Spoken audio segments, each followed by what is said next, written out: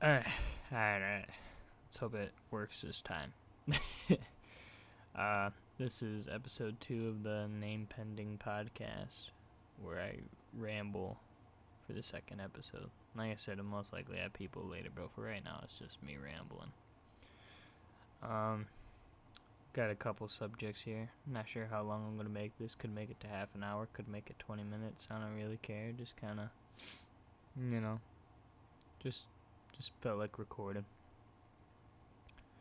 One thing I want to talk about is the whole Spider-Man situation. I kind of fucking love it. I absolutely hate so many Marvel fans because of like just toxic they are fan base wise. They remind me of like K-pop people. They're just deplorable human beings. They annoy the shit out of me the way they just like suck Marvel's cock all the time. And that's not to say like liking Marvel is a bad thing necessarily, because I was a pretty big Marvel fan growing up. You know, watched all the Sam Raimi movies and shit like that, and then like followed it from Iron Man all the way to Endgame and stuff like that. I didn't watch like Captain Marvel or nothing, but that's just because I don't know, just didn't really seem like something I'd be into. But like all the to watch something change so much from when you're a little kid kind of sucks ass, you know. Like when you're like with the first Iron Man movie, it was the way it was set up was a lot different than like the formulated like formula. I don't know. Basically what I'm trying to say is that like Marvel eventually became like the Call of Duty of movies, where they just kind of have like a formula they like pump out every year now. Like Marvel movies were fun when it was like, it wasn't every single year. You get breathing room. Like think about like in the time that it took them to make the three Spider-Man movies compared to what it took to make like the three Avengers movies. As far as like, that's a poor example. I guess like I don't like how it became so oversaturated with like superhero shit all of a sudden, and now like everyone's like upset because Spider-Man's gone, or they're like in a lawsuit battle or some shit.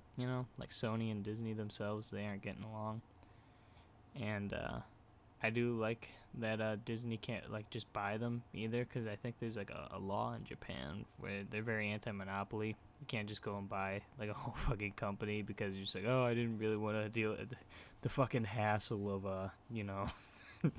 bringing them to court. So I have a lot of respect for that, especially with I don't know.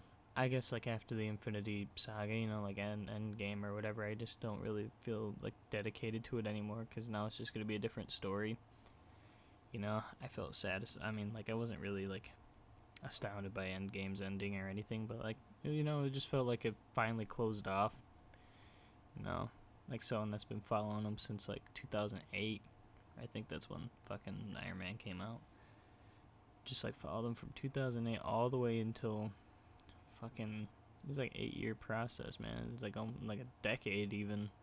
It's just, I don't know. It's kind of you can only care for so long, I guess. And I understand there's some people that are like Star Warsing it up, where they're just like, oh, I'm gonna be a fan forever and stuff like that. And that's fine, I don't really care. That was like a, just a jab in the beginning, but it's just kind of boring now. I don't know. I can't really see where they could bring the story past Thanos. Just, it's just, I don't know. I just find it funny that like there's just this uproar to get Spidey back and shit like that. It's like, oh, Sony's too stubborn or Disney's too stubborn. It's like me, I'm fucking done with it. um, yeah, that's what I had to say on the Marvel thing. I do think that some of the memes are funny. Like I saw this one's like, you want to be an Avenger, kid? You can be an Avenger, and you're just like, them bastards lied to me. um, let's see here. Oh yeah, me and my buddies were going on a trip soon, and I'm excited for it. I don't really like to travel too often, but that's most of the time when it's just like long ass road trips, like trips down to Texas. Those typically take like 2 days, and I hate traveling somewhere if I know I'm not gonna arrive there the same day. It's like a trip down to Texas, you're gonna have to stop somewhere in the middle, and that is just god awful feeling, because you know, like that first day you're on the road all day means jack shit, because you gotta wait till the next day to be there. But me and my buddies are going to Kentucky. I'm gonna like climb some mountains and shit. I think it'll be entertaining, you know, good time. It'll be the longest trip or I've taken with my friends. You know, it'll be a good time. I don't see why I wouldn't enjoy it. I I feel like you know, it's good that it's not gonna last 2 days in the car, because I feel like, you know, maybe people wouldn't be getting along so much if we had to be crammed in the car for more than a day. But that's what I had to say on that, I guess. Head PE released a new album. This is a while ago. This is old news, probably like a month or two ago, you know. But like, it's something that caught my eye recently. And you know what? I kind of like it. You know, like it's completely different than the normal sound. As far as like how they usually sound, they always kind of like I guess a G-punk or a new metal sound before, but now this new album is kind of like a rap rock, I guess, and it's not really rock either. It's got more or less like beats with some guitars laid over it. I don't really know what to call it. It's enjoyable, and a lot of people, like, you know, Head PE fan, and Head PE isn't a very big band. You know, they play a lot of small venues. I'm actually gonna go see them sometime soon. But they aren't enormous, so like the fan base was already very dedicated to their original sound, and once they just changed it up with this one, and people are getting upset in their comment section saying they sold out and stuff. But it's like, the thing is, I wouldn't consider it selling out. I consider what like kind of like Slipknot does to be selling out, because it's like they're trying to portray themselves as angry still. You know, it's just like, you got nothing to be angry about, bud. You're good. But like Head PE, they finally, like, I feel like the lyrics kind of changed as time went on. You know, the dude's like 50. I mean, he can't just be like this punk teenager for his whole life. It'd just be annoying to hear him like in like age 50 talking about how he just fucks strippers all the time. So I have a lot of respect for their sound change, and like the lyrics themselves aren't like, you know, cringy. No, it's just kind of like him talking about how he's like grinding for his family and shit like that. He's happy and stuff like that. Like, I can really appreciate that. I have a lot of respect for that that motive and like their overall sound change. But hey, that's just me. I knew some people in the comment. it was like some boomer or some shit talking about he's just like, I grew up listening to Head PE, and that G-punk style just, it motivated me, you know. It's just like, god damn, it was so fucking cringy. Alright, I'll just check if I can find it like word for word. It was fucking bad. It was bad. It's like, I don't know, when, like some like suburban like dad or some shit tries to relate to the lyrics of like early Head PE, it's something else. I just find it funny. Just like, yeah, man, I just love this rap. That's why I get so confused when like kids are listening to like, oh, like that hard trap music and stuff like that. It's just like, man, you like, or like a lot of them are like too young to really say they've had too many experiences. Oh shit, I forgot how long it was. I don't know if I could I'll just read little subsections, I guess. It's like, I've been shit. So he's talking about how he saw them play back in '98 and he was blown away, obsessed with the G-punk style. And he ran out to buy the S/T album the next day, and it played in heavy rotation for years to come, with the exception of the Blackout album. So I don't know, I kind of liked that album. I'll admit that was kind of like that. I would agree that one was probably a sellout album. That album was very radio friendly, but everything after that was kind of I don't know, kind of switched. More or less was just a big fan of Broke, you know, like that was mainly new metal. The album before that I didn't really care for. I think Broke's really the only one I like went out of my way to listen to the whole thing of. Like I have Only in America and shit, and then like their greatest hits, because it's more or less the perfect setup for them. But yeah, he's basically just talking about how, yeah, he's a big fan, you know, he's seen them for years and stuff, and he's like, Evolution came out, and he's like, alright, he's like, it's half reggae, I don't really prefer that, but whatever, you know. And then I listened to his EP, so I love reggae, and he's like talking about he doesn't like the reggae sound and shit, and then he's just like, wait, right here, it's like, maybe my expectations are too high. Maybe not! With exclamation point. I get that every song can't be around illicit drug use or contain graphic sexual references, especially when raising a family like Jared is, but damn it, that is what I loved about Head. I guess my frustration is rooted in knowing them. It's like, dude, they're people too. I feel like a lot of people are like that. They're just like, they view the artist as kind of like some machine of, you know, media for them to enjoy. It's like, they're people too. They have their own lives. And to expect them to just be angry until they're like 60 is fucking retarded. You know, that's why I don't have a big problem with like Tool sound. They're like Korn, like their new album, like I said in the last podcast, I think it'll be alright, but like, you know, it's gotta be boring playing the same shit. Like, it's gotta be like work, you know? Like picture like yourself as like I don't know, like a garbage man or some shit. You do the same shit every day. That's probably what it's like to play their first album for 30 years. You know what I mean? It's like, there's no way they fucking enjoy it anymore. That's why they make new stuff and they change up their sound so they could like give their fucking carpal tunnel some resistance, I guess. I don't know. I can't imagine that playing that shit for years is just their favorite thing to do. Like, what is it, Corey Taylor doesn't like his screams in the first album, and honestly, I feel like it's because they can't keep up with that album because it's too fucking good, but,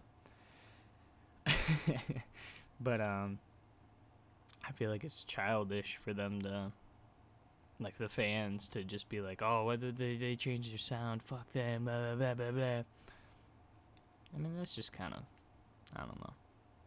I always like to think of them as people, you know. I think that's part of what makes music enjoyable, is being able to relate to it, you know. And like, if it basically becomes like this inhuman amalgamation of people, you know. That's why I don't understand K-pop. I don't know. I just can't really relate to any of them fuckers. How them like, I don't know. They all just look like women. Say like bitch boys. Trying to think of something else, you know. I can't talk about music every single podcast, as much as I'd love to. I don't think everyone wants to hear that, and I don't really want that to be the shtick, because although I could talk about music all day, you know, it's not a great way of gathering an audience. I haven't been into a mosh pit yet. I think that would be pretty fun. I'm a little nervous about it because, like, I'm tall, you know, but I'm, like, narrow. I'm not going to call myself skinny, flatter myself, but, like, you know, I'm not built like a tank. I'm not Shaq, alright?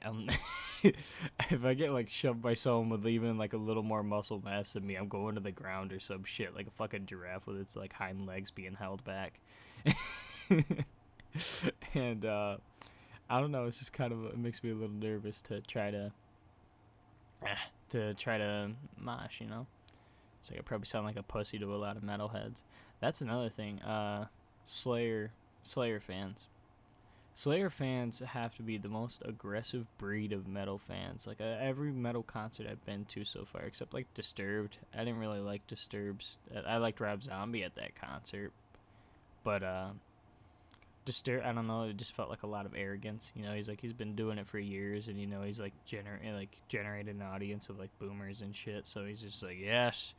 Oh, yeah, what is he, for the encore, like, they stop playing, go away or whatever, and then he's like, oh, you're still hungry. And it was just like, man, what the fuck? I don't really know what to, but, I don't know. That was my first concert, actually, Disturbed concert. I went fucking deaf. I could not hear jack shit. They were so loud. The pyrotechnics were pretty cool and stuff like that. That was, like, my first, like, concert, and it was a big one, too. Rob Zombie and, you know, Disturbed. But, I don't think I had, like, a high-paying job, so I didn't even get a shirt, so, yeah, it kind of sucks, but, something like Korn felt a little more wholesome, I guess, you know, like, aside from, like, Corey Taylor, he kind of gave me, like, a, you know, David Draymond feel with the Disturbed concert where he's just like, he takes a sip of water and like just hucks the fucking water bottle at the crowd. It's like, hope it doesn't nail someone in the face, I guess. I don't know. I wouldn't want to keep like a water bottle around. It's like, yeah, Corey Taylor drank out of it and threw it at me. I don't, that Stone Sour band, I fucking hate that band. It's like that fucking like Diet Nickelback. They make the most fucking generic music, like but song number 3, you know, people are like, oh, that touched my heart and shit. It's like, Jesus fuck, if I didn't know about Stone Sour and that played on the radio, I would just assume it was like some like radio, like I feel like a lot of the radio just like trying to think of, like, it's just auto generated music, you know, like there's no talent or anything behind it. It's just like this formula the type is like, oh yeah, that's a rock song. I hear guitars and drums, you know. Yeah, I saw them live. They put on a good show. I like grabbed a piece of confetti from the concert and stuff like that. You know, it was a good time. Although I was like trapped in my seats. Me and my friend we were trapped in the seats because like this, like Walmart build bitch, you know, barrel built bitches. She took up so much space she like couldn't move. Like I was just like, hey man, I gotta take a piss, and like I just had to like climb around her. And yeah, I don't know, she kind of looked like the wife from Monster House, you know, the the fat bitch they threw rocks at. Like an emo version of that. That was a pretty decent show. I'd recommend seeing Korn as long as it wasn't with like Stone Sour, maybe with like Slipknot or something, but not Stone Sour. Stone Sour is trash. Yellow Wolf was there. I don't know if you guys have ever heard of Yellow Wolf. I think he's kind of underrated, but people might know him. I don't know. I don't hear a lot of people talk about him. It's kind of like a kind of makes hick hop, you know, and just kind of like raps about like being a country boy and shit like that. At least his old stuff. I don't really keep track of much of his new stuff. I know that he has like Row Your Boat. It's alright. It's a good song, you know. I listen to very little rap music, you know. I'm just like a big metalhead, so it's few things that like have caught my attention as far as rap wise, like E-Double, you know, he's a YouTube rapper even, but I have like a CD, his was it Two-Tone Rebel or something like that? It was a pretty solid CD, I'd say. I mean, like, there's a couple songs on there with like too much of a political bias for my taste, you know. But you know, there's some underrated talent. You know, I feel like they used to be very popular, but since they broke up and don't make any new stuff, obviously, so like no one really listens to them, is Outkast. You know, with a K, Outkast. They're pretty fucking good. I don't understand why I don't hear more people talk about that, the Atlians album, you know, like everything else, I didn't really give much of a shot, you know, but like I just love that album so much, like fucking what song, Wheels of Steel, that has like such a fucking nice record scratches and shit. It's just fucking, it's a very pretty song. But you know, everyone knows them as Hey Ya, so maybe that's why they broke up. Hey Ya. What else is there? 40 Below Summer. I think I already talked about this. I'm not sure, but you know, maybe you'll hear the same story twice. But they put on a fucking killer show, and this is like a very small venue, and I'm talking like the size of like maybe 3 bedrooms next to each other, small. Like there's like 3 bedrooms in a bar, and they basically had a rule like no like rough housing, no moshing and shit like that. But people like, I didn't even know you can mosh in there, and then like 5 friends just start shoving each other, and then like when the like heavy shit starts kicking up, you know, like the impact moments, you just feel the floor fucking like bending from them like bouncing with the fucking music. It's fucking crazy to me. But they put on an amazing show. Although the singer, he's a really nice guy from what I experienced, you know. Like after the show, I was just like, hey man, I like your music. He like shook my hand and shit, and I asked him if I could get a autograph my CD and get a picture. He's like, yeah man, sure. And like his only request was like, all right, if you see us next year, just bring as many people as you can. You know, like the person I was with made a joke. He's like, yeah, his dad's old as shit. He's like, I don't care, just bring him. Like, I don't care if you had to bring in his dialysis machine and shit. Like, he was just a genuinely cool dude. You know, he's like probably one of the first celebrities I've actually met. You know, I actually almost got to meet Hugh Jackman. Because when they were filming Real Steel, they were filming a section in a city I live in. And he like basically popped in for like a minute, like literally a minute. And he was just like, hey guys, he like was thick Australian. That was the first moment I realized he was Australian too, because I was like young. It was that Real Steel movie. I don't know if I just said that or not. I'm fucking retarded, but but I was like super pumped, and like everyone in my like city was like going to see him, or my town. God damn it, Jesus fuck. My town was like going to see him and shit, and like just as I was about like, cause he like signed like maybe 2 T-shirts, you know, like just like that where people were wearing, or like just pieces of paper. And like I was about to walk up to him, and like some fat ass kid with like a shirt covered in like random ass autographs and stuff cut me off, and he got his shirt signed, and then his security's like, all right, Hugh Jackman's gotta go. She's like, God damn it, dude, Wolverine was like my favorite superhero growing up, but I couldn't even get a picture with him or nothing. It's like, Jesus fuck, man, we're just like country folk, man.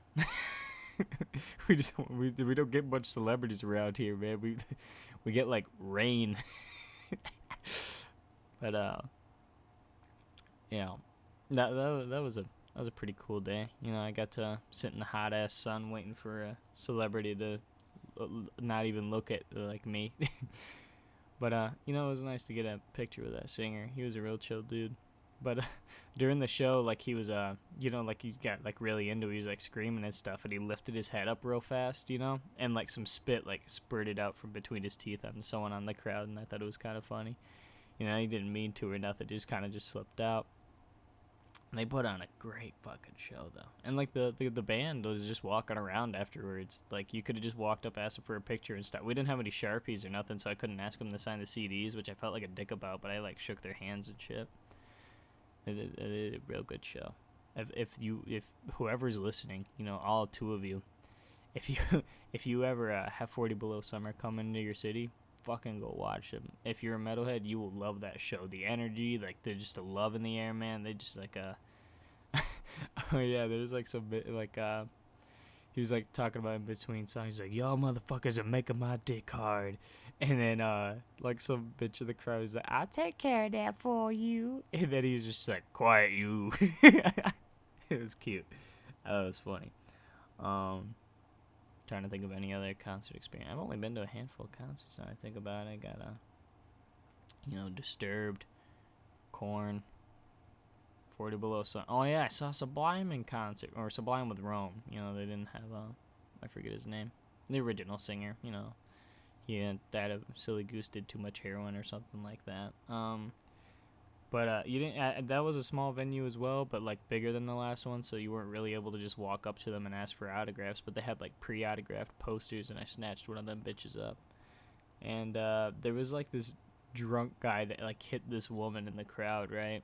And like everyone's like fucking hammered. They didn't allow smoking at a Sublime concert, which was absurd to me.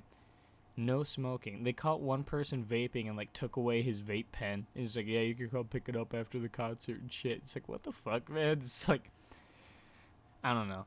I personally don't see the point in vaping. You know, I feel like that whole idea of it was kind of gay, but whatever. You know, do your own thing.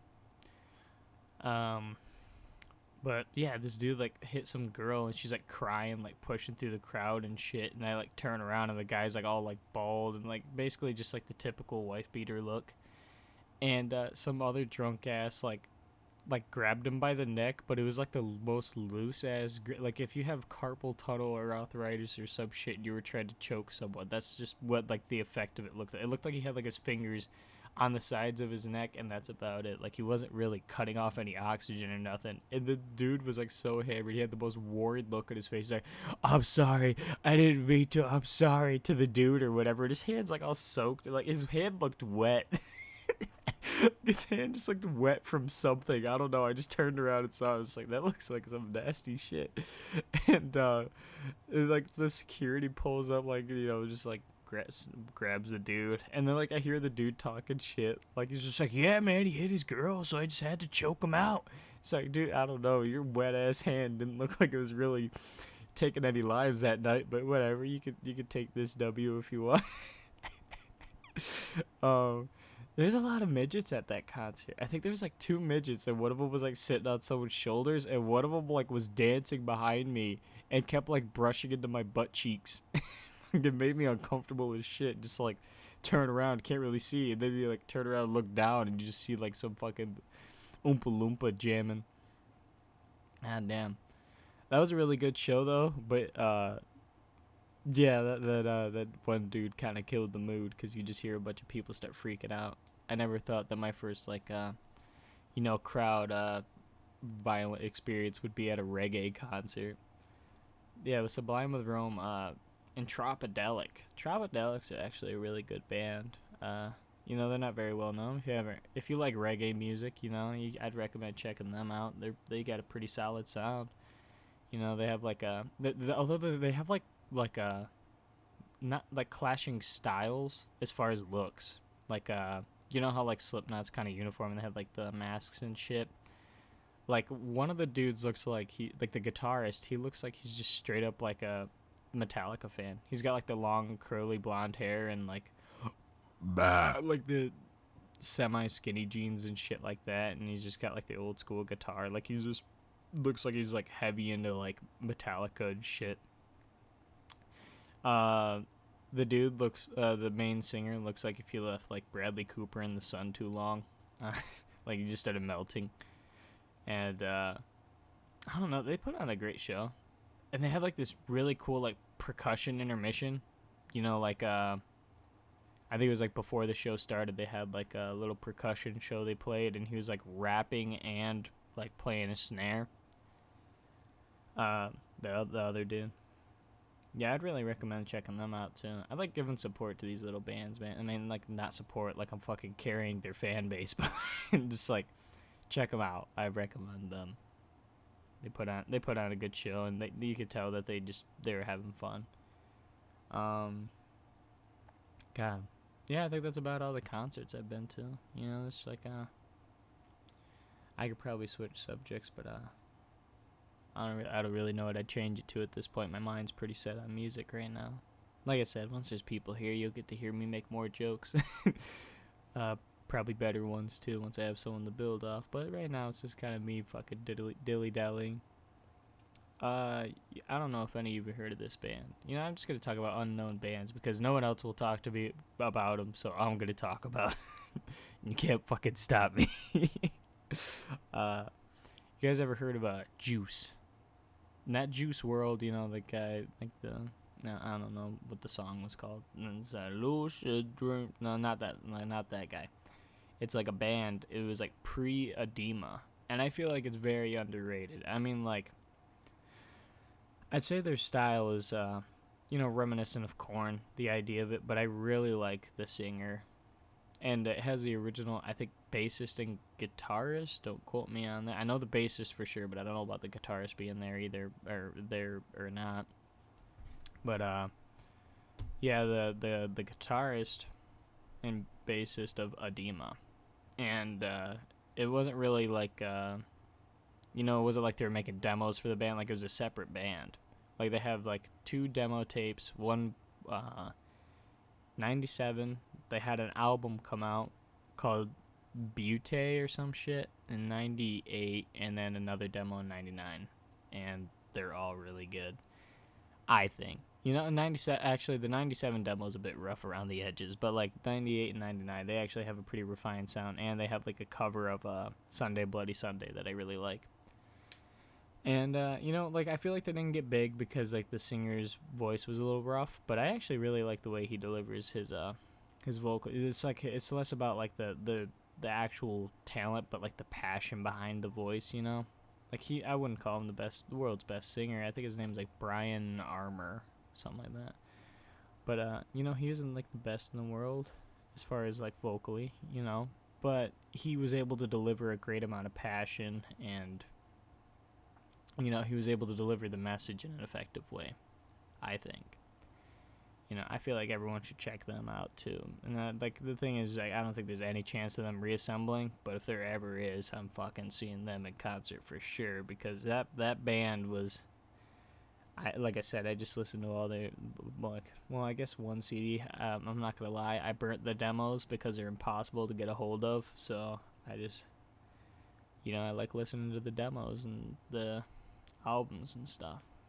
Plus, he's got some feral ass, fucking, pig squeals that he releases. God damn, dude, you go hard. It's that shit make you need a halls after hearing it and shit, man. That's fucking, goddamn.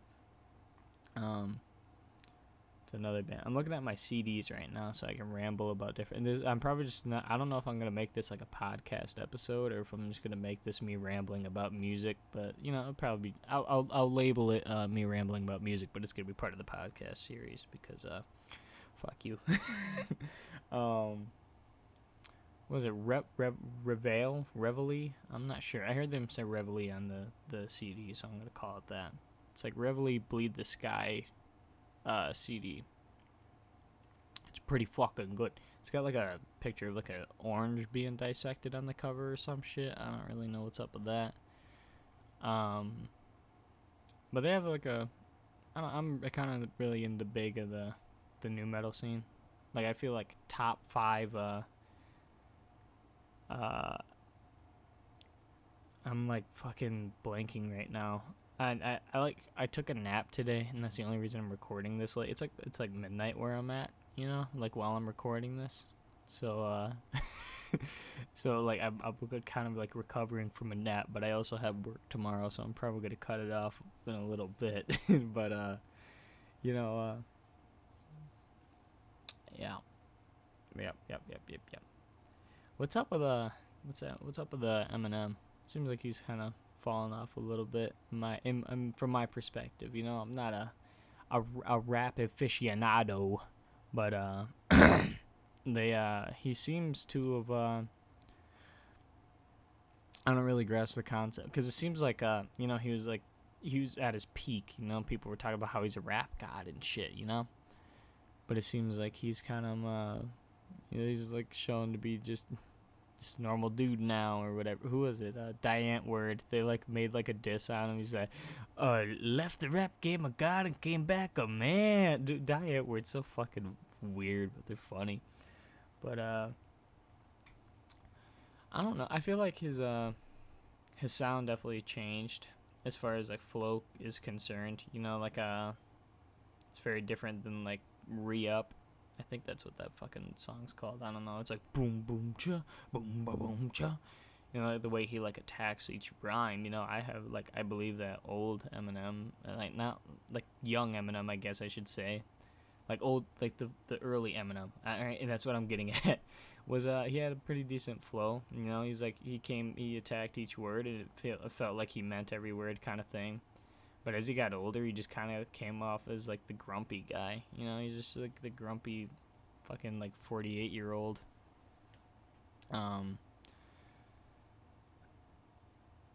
Fuck, and some people are talking about the Machine Gun Kelly and versus him, right?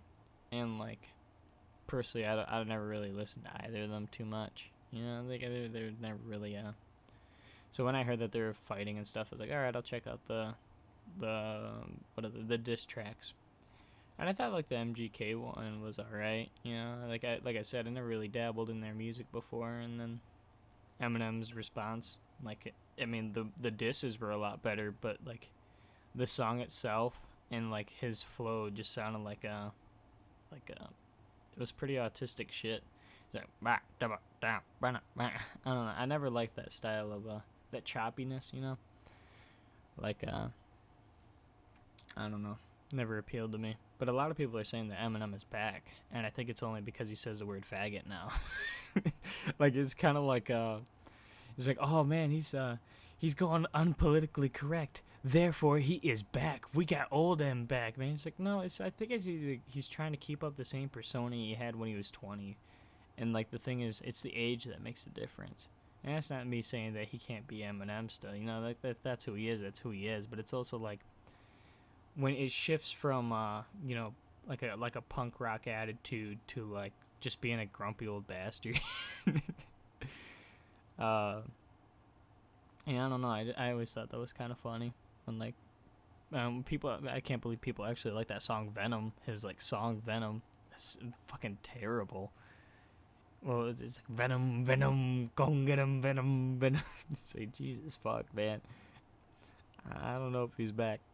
That's just my personal perspective on it. You know, I'm not the biggest, like I said, rap aficionado. I kind of like even like the. I'm gonna be honest. I kind of liked that, like. And this is gonna sound corny as shit because I know he's like considered cringe now, but I didn't mind the question mark album from XXXTentacion or whatever. It was alright. No, I wouldn't say it's like my fucking top 5 or 10, but you know, it was listenable. And I feel like you know, it was pretty enjoyable. I thought it was alright. Fuck. Running low on topics here, you know. Oh, I like Tech 9. I like his collaborations with metal artists and stuff. Like I liked his collaboration with Corey Taylor. It was like Wither.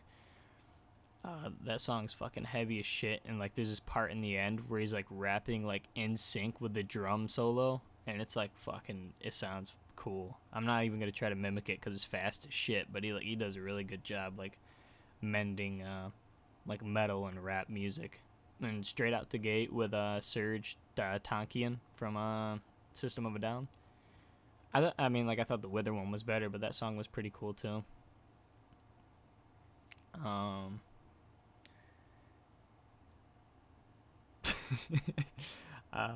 yeah, there's like some El Nino drama going on. I'm basically just talking about a bunch of shit no one cares about now, but like you know, like there's probably one person on Earth that would enjoy this, but they're not gonna be able to find this. But yeah, basically what's going on with El Nino is the band like kind of split in half, right? Like the percussion and like the bassist or something split off, and then like the singer and the guitarist broke off. And now they're kind of like fighting over the name El Nino, like who gets the rights to it. And what was it?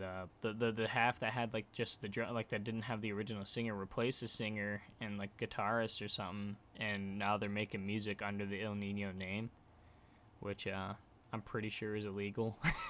I don't know. I'm not really expert in that field, but you know what? I feel like there's a lot more legal stuff to figure out before you could just make music under that name when you had something that was pretty well established to be like set up there.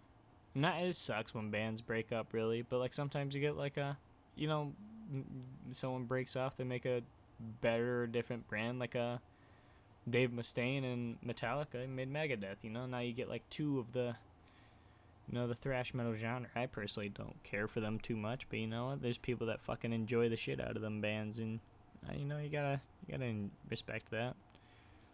I do like how I don't mind the wholesome metal community, you know, where they're just like all talking like all that like the old heads. They're just kind of like listening to Metallica and shit like that. I don't fucking know how I was really trying to word this. You know, yeah, the problem with this is that like I just ramble a lot.